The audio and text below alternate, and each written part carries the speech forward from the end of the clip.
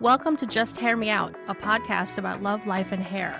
I'm Barbara. I've spent over 38,000 hours coloring hair. Hi, I'm Demetra, and I've spent over 1,000 weeks with scissors in my hands.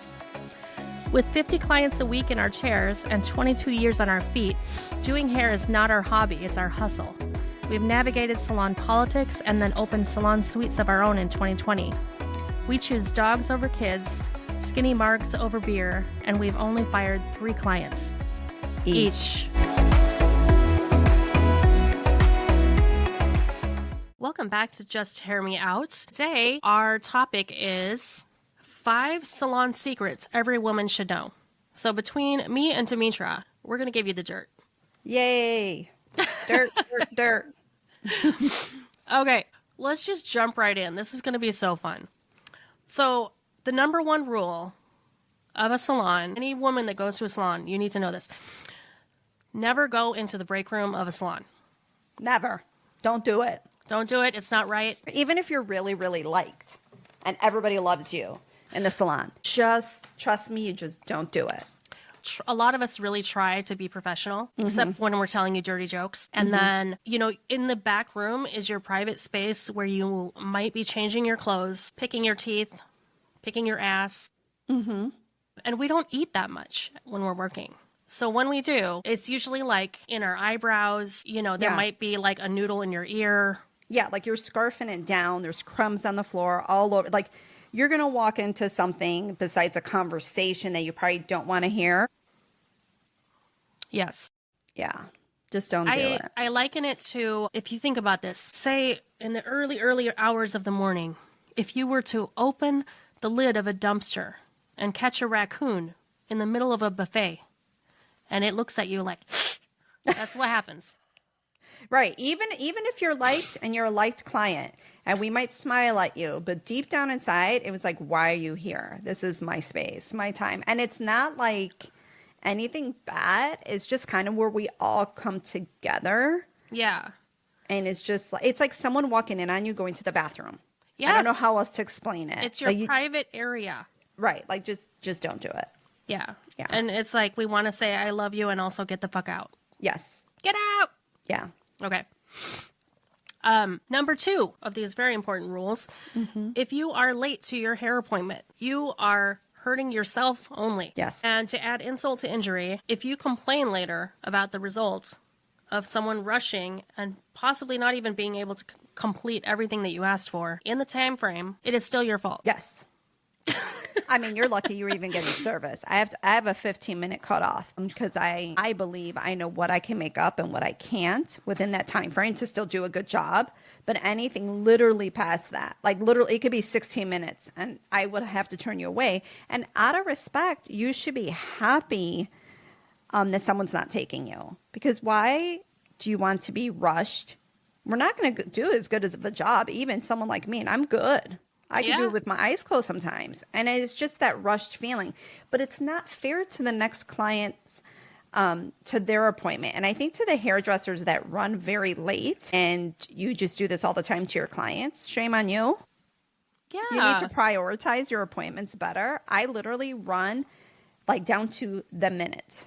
I know exactly what my schedule is because my people are very busy. They're very important. They don't want me to be late. And they're not going to wait. So I'm not going to do that to them. So out of respect, it's also for the next person. And it's not because I don't value your time. That means that's how much I value your time that I wouldn't do it to you. Yes. Right? It's a vicious cycle. You're just hurting yourself. Yeah. So don't come late. And it's embarrassing. Like, I understand some shit happens or you're trying to find parking and, a few minutes. We get that. Like I said, that's why I think 15 minutes is more than enough. Yeah. And it's true, though. If it's more than that, it's not right of us to do it even, because then I don't feel good about charging what I charge if it's going to be not great. Right. And for all of you that are going to sit here and say, well, then charge me less. I'm not doing that either because I was booked for this time and that time was allotted for that price point. Yes. So and no, I'm not going to charge you less because you want to it's show up late. And now I'm rushed. I should be charging you more because you just rushed me. Yeah. Actually. Yeah. Also, it's your reputation. I don't want to have people walking around the street with half-assed hair color. And then, they're not going to say, your hair's bad. Well, it's because I was half an hour late.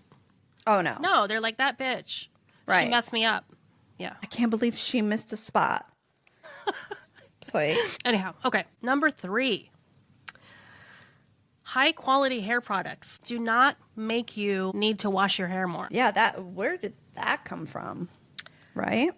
I don't know where that came from. I feel like people might be using bad hair products or cheap ones. Like, a big trend in the last probably decade has been hair oils because they moisturize so well.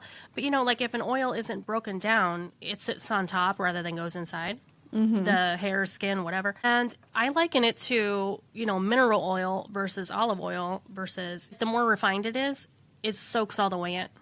Right. So- and then you also get the benefits. Yeah. And if you're using something cheaper, it sits on top, hence look greasy, which means now you have to wash your hair sooner, which means it's not as good of a product, which means it's probably less expensive as well.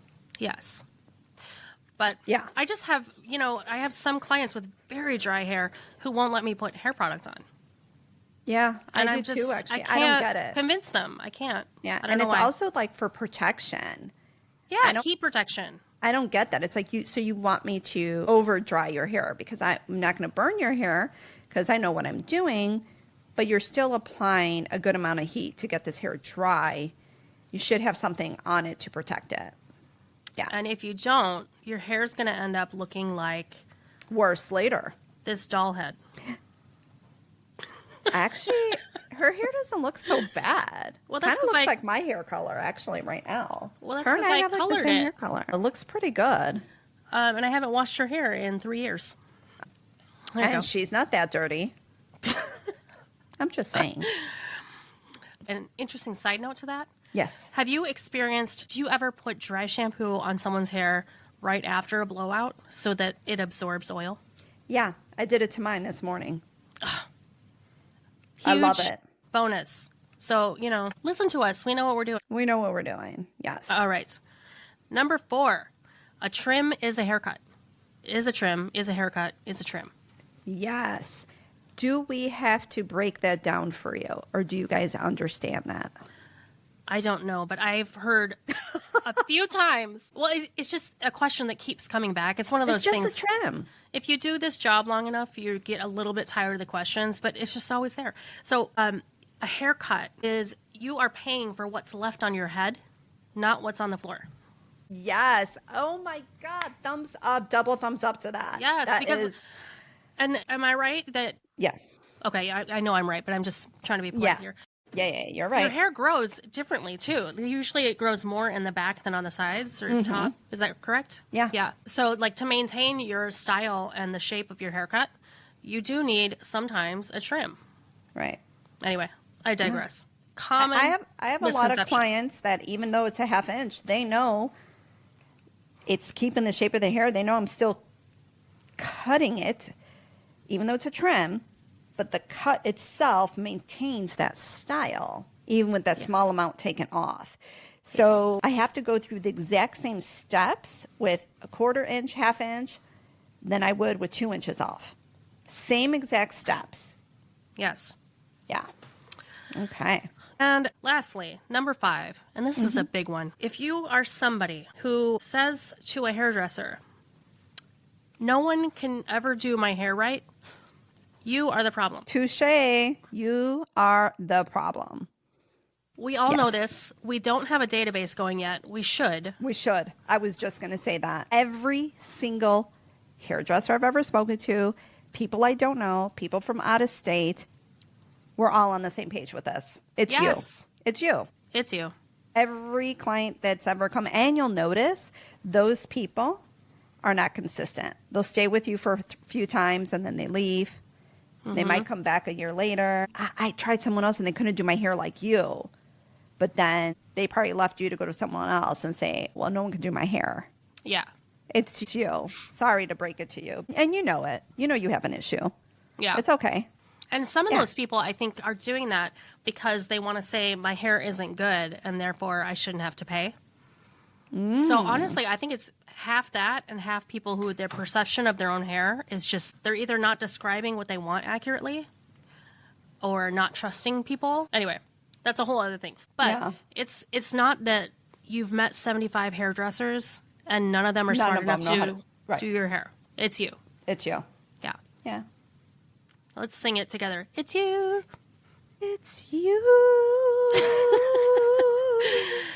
And not in a good way. Okay. Yeah, literally. That's what you sound like. Me singing. Now, after we've insulted you all, I'd like you to follow us, like our podcast, and give us a 5-star review. Yes, give us some more stuff that we can just continue to insult you some more. Yes. Yeah, give us some stuff. It's all in good fun. Yeah. All right. We'll see you next week. Bye. Bye. If you enjoyed this episode and you'd like to help support the podcast, please subscribe or follow. And please leave a rating and review on Apple Podcasts or Spotify. Lastly, follow us on social media for clips of past and future episodes. All our accounts are listed in the show notes below. Thanks so much for listening.